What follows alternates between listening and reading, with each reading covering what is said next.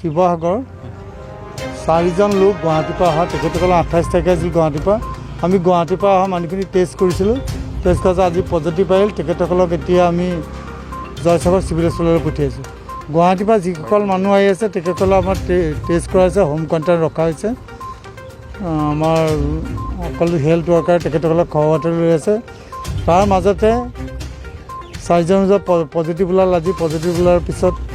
এইকেইটা আমাৰ তেখেতসকলৰ ঘৰতে হোম কোৱাৰেণ্টাইন আছে কণ্টেইনমেণ্ট এৰিয়া হ'ব গোটেই এৰিয়াটো আমাৰ ওচৰৰ মানুহখিনি টেষ্ট কৰিম দোলমুখ এটা এৰিয়া কণ্টেইনমেণ্ট হ'ব